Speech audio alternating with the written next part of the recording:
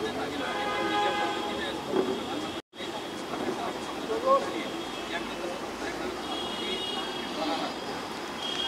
कालच महाराष्ट्राच्या माननीय मुख्यमंत्री आणि उपमुख्यमंत्र्यांना विनंती केली होती आणि आज दोन्ही पुण्याचे पालकमंत्री आणि उपमुख्यमंत्री आणि महाराष्ट्राच्या मुख्यमंत्र्यांचं स्टेटमेंट मी टीव्हीवर पाहिलेलं आहे।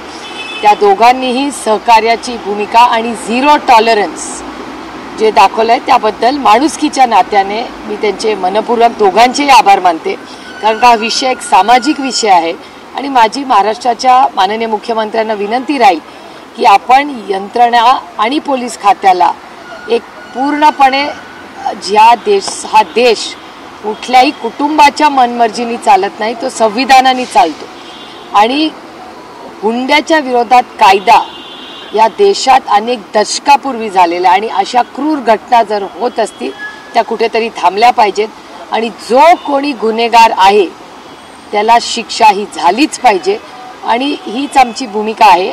आणि आज सरकारने जो निर्णय घेतला आहे दोन्ही म्हणजे पालकमंत्र्यांनी आणि मुख्यमंत्र्यांनी त्याचा मी मनापासून स्वागत करते, पण त्याच्यात सातत्य त्यांनी ठेवावं, कारण का हा सामाजिक विषय, मला राजकीय विषय करायचा नाही। हा सामाजिक विषय आहे, परंतु आपण 21व्या शतकात वावरत आहोत। महिला सगळ्या आता याच ठिकाणी आपण पाहतोय, तुमच्या आजूबाजूला सुद्धा महिलांची संख्या मोठ्या प्रमाणात असं असताना आजही हुंड्यासारखा प्रश्न आपण सोडवण्यात अपयशी ठरलो आहे असं या वैष्णवीच्या प्रकरणातून दिसून येत आहे। हो, अर्थातच म्हणजे एक समाज म्हणून आपल्याला अतिशय काळीमा फासणारी घटना होती। म्हणजे दोन्ही सुनांच्या कंप्लेंट येतात, दोन्ही सुना पोलीस स्टेशन्समध्ये गेल्या, मग असं कधीतरी मनात वाटतं अरे यांना एवढं शिक्षण दिलं, एवढे मुंबई पुण्यात शहरातही लोक राहतात, तिथे पुरोगामी विचाराचा उल्लेख करतात, हे वेस्टर्न कपडे घालतात, पण भुरसटलेले विचार गेले नाही तर काय त्या कपडे आणि शिक्षणामुळे यांच्या घरात काही क्रांती घडलीच नाही, किती दुर्दैवी आहे। हा त्या शिक्षणाचा आणि सामाजिक परिवर्तनाचा आणि पुरोगामी विचाराचा अपमान या हागवणे कुटुंबांनी केलेला आहे।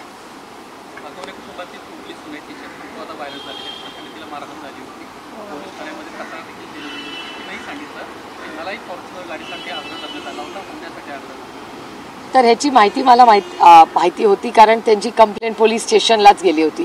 त्यांच्या घरातही एक कार्यक्रम 1 महिन्यापूर्वी होता, त्याला मला त्यांनी आमंत्रितही केलं होतं आणि मी ह्याच कारणामुळे गेले नव्हते, कारण का त्या कुटुंबामध्ये डोमेस्टिक व्हायलन्सची केस, त्यांची सून ज्या कुटुंबामध्ये सून तिला डोमेस्टिक व्हायलन्सच्या केसमध्ये पोलीस स्टेशनला जाते, अशा कुटुंबांच्या घरी जाणं हे मला संयुक्तिक वाटलं नाही, म्हणून मी त्या हागवणींच्या कार्यक्रमाला गेले नाही। पण दादा त्या कार्यक्रमाला गेले होते? नाही, दादा लग्नाला गेले होते, दादा कार्यक्रमाला गेले। त्यावरनं मग आता खूप मोठं राजकारण होत आहे। मला असं वाटतं की अजितदादांचा काय संबंध त्याच्याशी, याचं कारण असं ते लग्नाला गेले होते तेव्हा त्यांनी थोडी माहिती होतं की हे सगळं चाललंय। मी 1 महिन्यापूर्वीची गोष्ट सांगते, 1 महिन्यापूर्वी ही केस आली होती आणि अर्थातच माझ्या लोकसभा मतदारसंघात कुठल्याही महिलेवर अत्याचार होत असेल तर त्याची दखल घेणं ही माझी स्वतःची नैतिक जबाबदारी, कारण का मी तिथली स्थानिक लोकप्रतिनिधी आहे। मोठ्या सुनेने देखील आता आरोप केलेत आणि मोठ्या सुनेने 6 महिन्यांपूर्वी एक FIR लॉन्च केलेली होती कुटुंबियांवरती आणि महिला आयोगाकडे तक्रार केलेली होती। त्याच वेळेस जर महिला आयोग असेल किंवा पुणे पोलीस असतील यांनी त्या प्रकरणामध्ये जर योग्य ती चौकशी करून गुन्हेगारांना पकडलं असतं तर वैष्णवीचा मृत्यू देखील झाला नसता। त्यामुळे महिला आयोग आणि पोलीस हे जबाबदार आहेत का? हा प्रश्न तुम्ही सरकारला विचारा, इथून 2 मिनिटावरच महाराष्ट्र सरकार आहे, त्यांना जाऊन हा प्रश्न विचारा, कारण सातत्याने महिलांवर होणारे अत्याचार आणि महाराष्ट्रात वाढणारी गुन्हेगारी, मला वाटतं काल तुमच्याच चॅनलवर बातमी होती की आज महाराष्ट्राचे माननीय मुख्यमंत्री बीडबद्दल, तिथल्या क्राईमबद्दल आज एक मीटिंग घेणार होते। तर माझा विश्वास आहे की माननीय मुख्यमंत्र्यांनी आज हुंड्यावर एक स्ट्रॉंग स्टेटमेंट केलेलं आहे, मी त्याचं स्वागत करते। पण अशा या ज्या घटना आहेत आणि त्याच्यात मग वेळेवर पोलीस यंत्रणेने किंवा प्रशासनाने काही निर्णय घेतला नाही, हा प्रश्न मला विचारण्याऐवजी तुम्ही माननीय मुख्यमंत्र्यांना आणि त्यांच्या यंत्रणेला विचारला पाहिजे।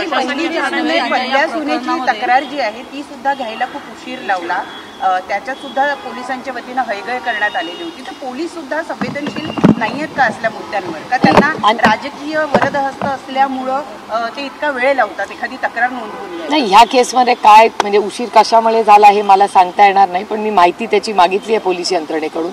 पण एक गोष्ट प्रकर्षाने जाणवते की अनेक कुटुंबांमध्ये ह्या घटना होत असतात आणि जेव्हा पोलीस स्टेशनला जातात, आता तो भरोसा सेल वगैरे खूप चांगल्या यंत्रणा अनेक वर्षाच्या पोलीस यंत्रणेतून झालेल्या आहेत, निर्माण झालेल्या आहेत. म्हणजे जेव्हा महिलांच्यासाठी आरक्षणाचा निर्णय आदरणीय पवार साहेबांनी घेतला त्यावेळीच हे सगळे कौटुंबिक हिंसाचार वगैरे सगळे विषय त्या काळात, त्याला 30-35 वर्ष झाली, ही महाराष्ट्रामध्ये प्रशासनाने घेतलेले निर्णय आहेत. आणि अनेक त्याच्यानंतर जी सरकार आली, प्रत्येक सरकारने त्याच्यात चांगले बदल सुचवले आणि त्याची अंमलबजावणी झाली.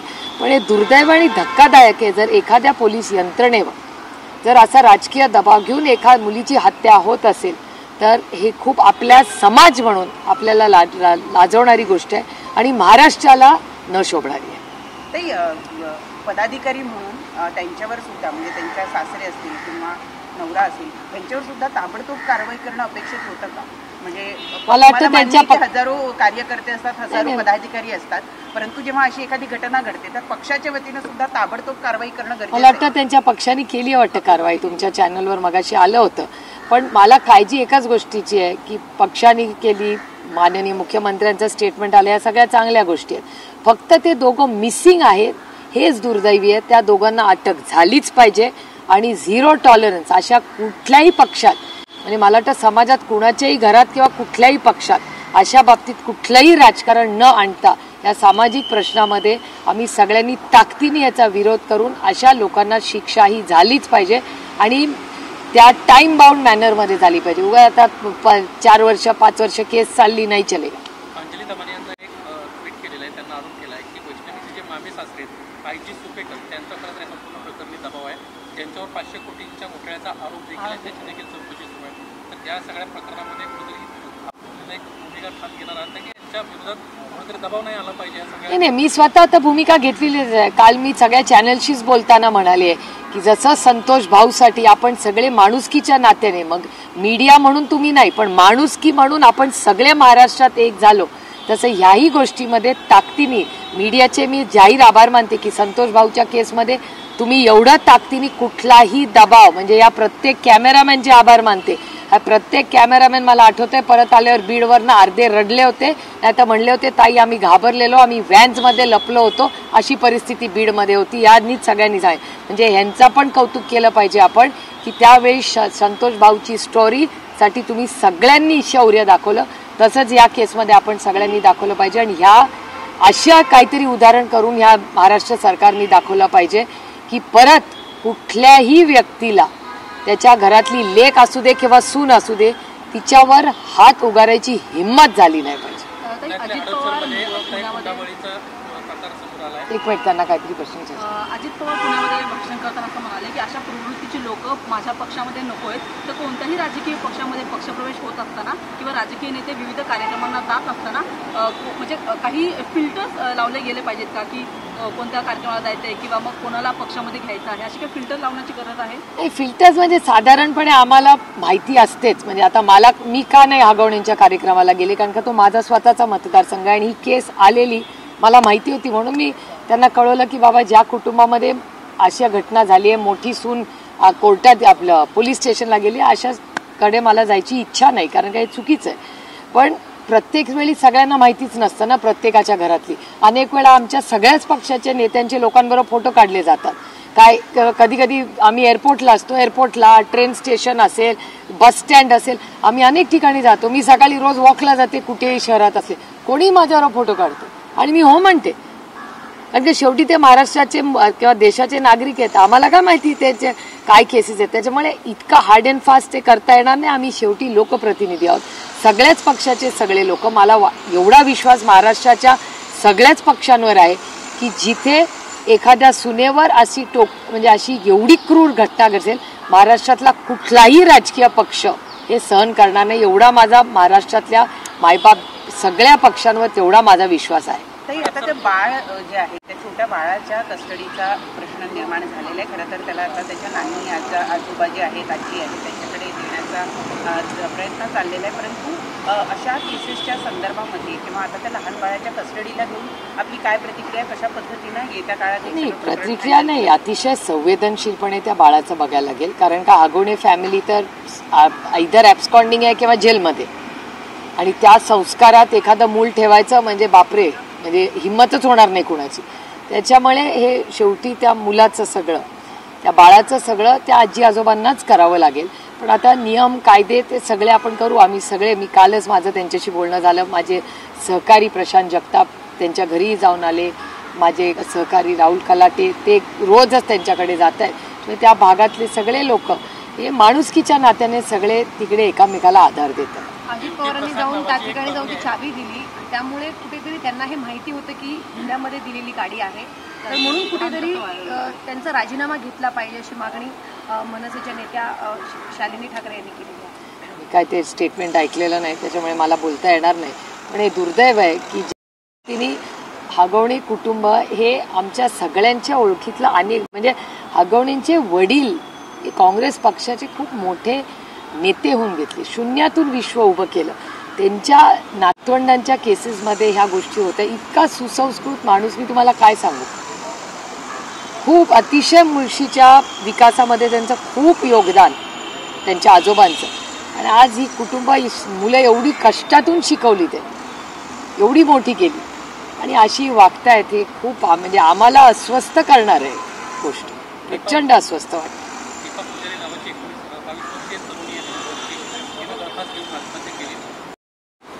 एक प्रकार असल्याचं देखील पोलिसांना गुन्हा दाखल करून घेतलेला आहे. साधारणपणे 6 तोळे सोनं आणि 10 लाख रुपयांचा मानपान कुटुंबाचा गुन्हा केला होता. पैशाची अपेक्षा होती आणि त्यामुळे आत्महत्या केली. ही आत्महत्या नाही, हा खून आहे. ही आत्महत्या नाहीच आहे. या केसेसमध्ये मला आय एम कन्व्हिन्स्ड की या आत्महत्या नाही आहेत, ह्या खून आहेत. बळी घेतात या मुलींचा. आणि हुंडा ही प्रथा बंद झालीच पाहिजे, ह्याच्यासाठी कष्टांची पराकाष्ठा करू.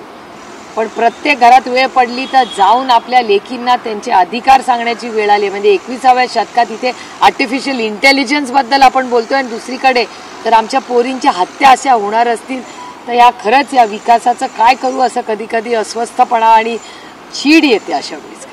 काल धुळ्यामध्ये गुलमोहर या शासकीय विश्रामगृहात जवळपास 1.5 कोटींची रोख रक्कम जी आहे ती सापडलेली आहे. आमदार अनिल गोटे, माजी आमदार अनिल गोटेंनी खरं तर त्या विश्रामगृहाच्या बाहेर ठिय्या मांडलेला होता. अंदाज समितीचे जे अध्यक्ष आहेत आमदार अर्जुन खोतकर यांच्या नेतृत्वात जी टीम तिथे जाणार होती आमदारांची, त्यांच्याकरता हे पैसे जे आहेत ते जमवल्याचा आरोप जो आहे तो पैसे नेऊन त्या रूम मध्ये ठेवले असल्याची आरोप केला. या सगळ्या कृतीचा मी जाहीर निषेध करते. अनेक कमिटी, सगळेच देशातले आमदार खासदार काम करतो, पण एखाद्या गव्हर्नमेंट गेस्ट हाऊसमध्ये अशी घटना करते हे शॉकिंग आहे. म्हणजे महाराष्ट्रात काय चाललंय. आणि माझी मागणी राहील की ईडी आणि सीबीआयनी याची पारदर्शकपणे इन्क्वायरी करावी. महाराष्ट्रामध्ये पुन्हा एकदा हुंडामुक्त महाराष्ट्र ही जी मोहीम आपल्याकडे होती, खरं तर आता थोडा प्रभावीपणे अंमलबजावणी होताना दिसत नाही. पुन्हा एकदा त्याची अंमलबजावणी होण्याची गरज आहे प्रभावीपणे. हो, 100% हुंडामुक्त महाराष्ट्र झालाच पाहिजे. आणि कुठल्याही मुलीला याच्यात पोलीस यंत्रणेचा खूप मोठा रोल असणार आहे. कुठलीही महिला जिच्यावर अन्याय होतो तिला तिचं माहेर हे पोलीस स्टेशन वाटलं पाहिजे. आणि त्या काळात कैलासवासी RR पाटलांनी ह्याच्यात प्रचंड काम केलेलं आहे. त्याच्यात सातत्य ठेवून महाराष्ट्र सरकारने ह्याच्यात अजून काम करण्याची गरज आहे. आणि ह्याच्यासाठी महाराष्ट्र सरकारने या महाराष्ट्रामध्ये ह्याच्यात काम करणाऱ्या खूप चांगल्या महिला आहेत, खूप चांगले NGOs आहेत, त्या सगळ्यांची मदत घेऊन पुढे गेला पाहिजे. हा राजकीय विषय नाही, सामाजिक विषय, सगळ्यांची मदत त्याला हवी. महिला आयोगावरती नियुक्त होतं. नीलम गोऱ्यांचं असं म्हणणं आहे उपसभापती म्हणतो की नियुक्त्या करा असं आदिती तटकरे यांना एका महिन्यापूर्वीच सांगितलं होतं, पण त्या खात्याकडनं लक्ष दिलं जात नाही आहे. सरकारी पक्षाशीच जोडले, सरकारमध्ये असलेल्या पक्षाशी जोडलेले त्या नेते आहेत. गंभीरतेने बघता का या आरोपांकडे? त्या सत्तेमध्ये आहेत, म्हणजे त्यांनी एवढं मोठं स्टेटमेंट करणं ही चिंताजनक आहे, अतिशय चिंताजनक आहे जर त्याच्यात तथ्य असेल तर. धुळ्याच्या प्रकरणामध्ये खरं तर 1.5 कोटींच्या आसपास कॅश सापडली आणि त्याच्यावरती आता मुख्यमंत्र्यांनी SIT चौकशी लावलीच पाहिजे, परंतु अशा अनेक SIT चौकशा यापूर्वी लावल्या गेलेल्या आहेत. अगणित अशा SIT चौकशा लागल्यात, परंतु त्यांचे रिपोर्ट्सच जे आहेत नाही. ईडी आणि सीबीआयनी ह्याच्यात लक्ष घातलं पाहिजे. एक तर बघा, मी नेहमी जेव्हा कॅश सापडते मला पहिला विषय होतो की नोटबंदी या देशामध्ये झाली. म्हणजे नोटबंदी जर झाली आहे तर नोटा संपायला पाहिजेत ना. सगळं आपण मोबाईलवरच करतोय. राजी खुशी करतोय, मग एवढा कॅश येतो कुठून? जर कॅश सगळा ब्लॅक पैसा बाहेर गेलेला आहे, जर नोटबंदी झालेली आहे, मग नोटा येत आहेत कुठून? एवढे कॅश इन सर्क्युलेशन आलेच कसे? जर छापलीच नाही, मग या नोटा येत आहेत कुठून? ह्याचा पण कुठेतरी इन्क्वायरी झाली पाहिजे. तर भ्रष्टाचाराची झालीच पाहिजे, पण नोटबंदीनंतर एवढ्या नोटा पकडल्या जात आहेत त्याची पण इन्क्वायरी झाली पाहिजे.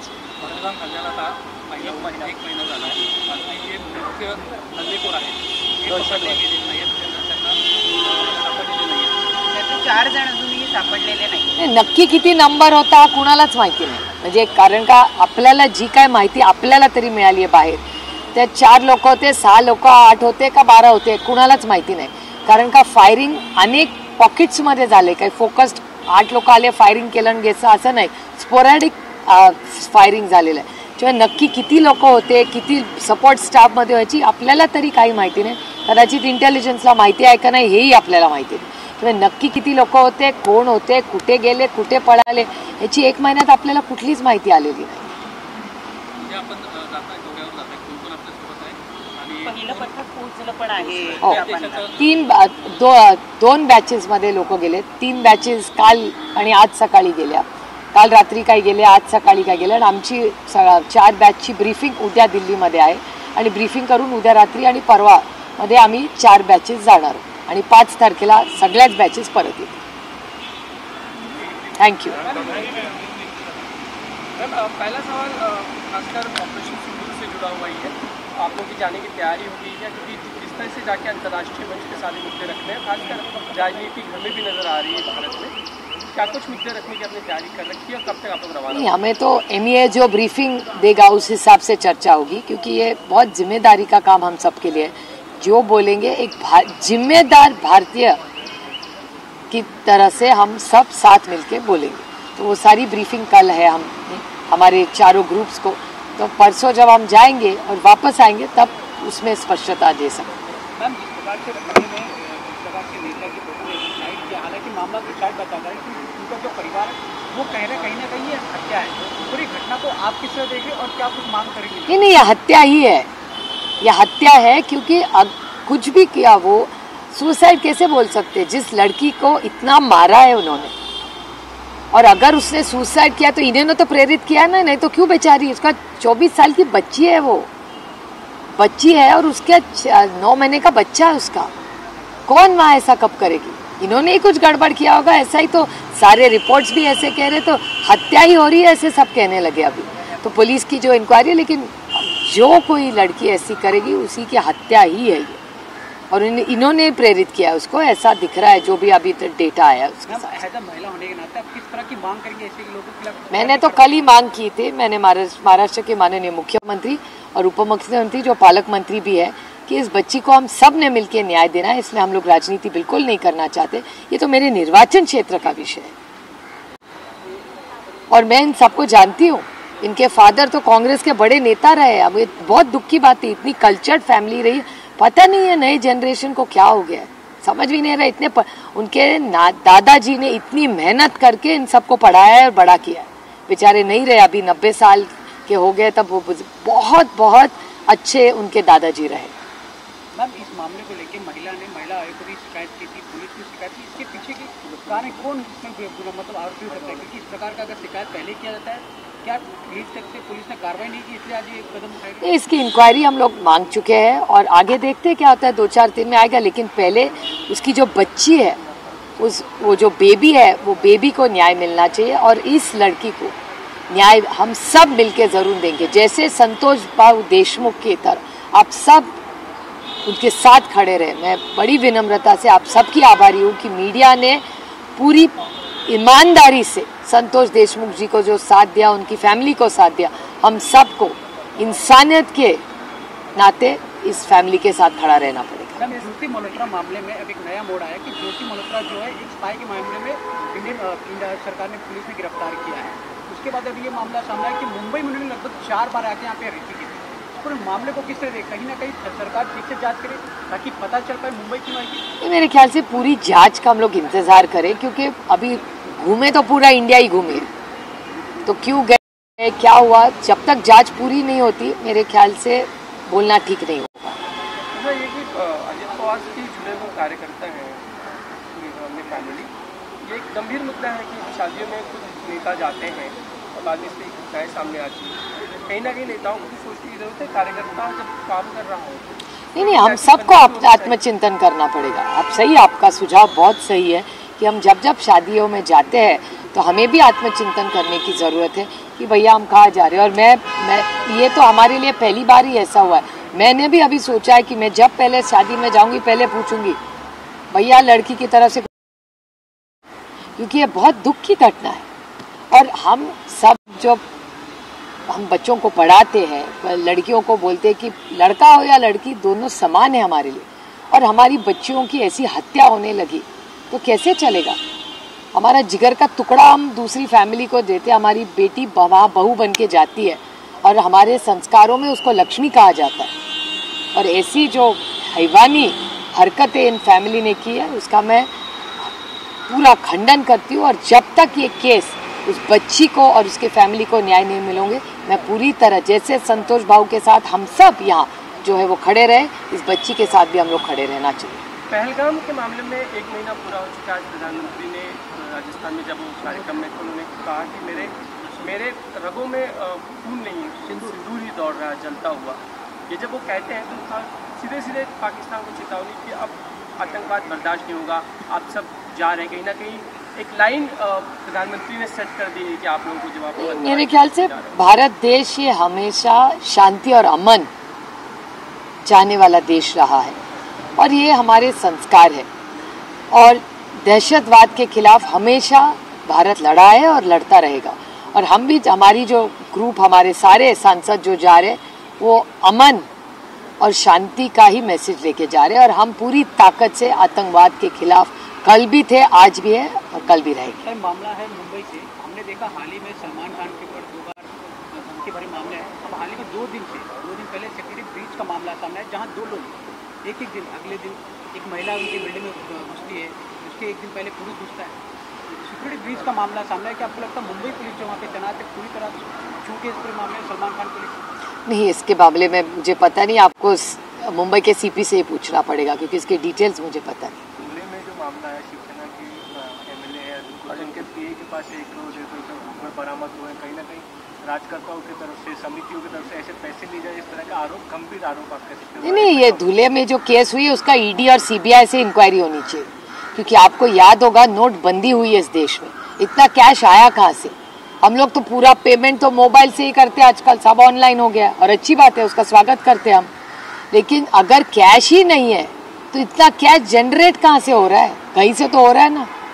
तो इतना कैश धुले जैसे जगह में एक ऑफिशियल गवर्नमेंट ऑफ महाराष्ट्र की गेस्ट हाउस में मिलता है, ये तो बहुत शर्मनाक बात है। और नोट इतने छापे कहाँ से आए, कहाँ से नोट? अगर नोटबंदी इस देश में हो चुकी है तो इतना कैश कहाँ से आया? इसीलिए ED और CBI की इंक्वायरी होनी चाहिए इसकी। मुख्यमंत्री ने स्ट्रॉन्ग मैसेज दिया कि पूरी इंक्वायरी होगी और नहीं होनी ही चाहिए। मैं मुख्यमंत्री जी के आभारी हूँ कि पुणे के केस में और वो डाउरी वाले केस में और इसमें दोनों ने उन्होंने स्ट्रॉन्ग, तो मेरी अपेक्षा है की महाराष्ट्र के मुख्यमंत्री ये दोनों केस में इस राज्य को न्याय दे। ताई, कोविडची सध्या संख्या पुन्हा वाढताना पाहायला मिळते, कोविड रुग्णांची. कसं पाहता एकंदर खूप मोठा प्रश्न आहे, सरकारने किती गंभीर लक्ष दिलं पाहिजे, काय मागणी काय? राजेश टोपे याचे सगळ्यात मोठे एक्सपर्ट आहेत, तुम्ही राजेश टोपेंना विचाराय सगळे प्रश्न. थँक्यू.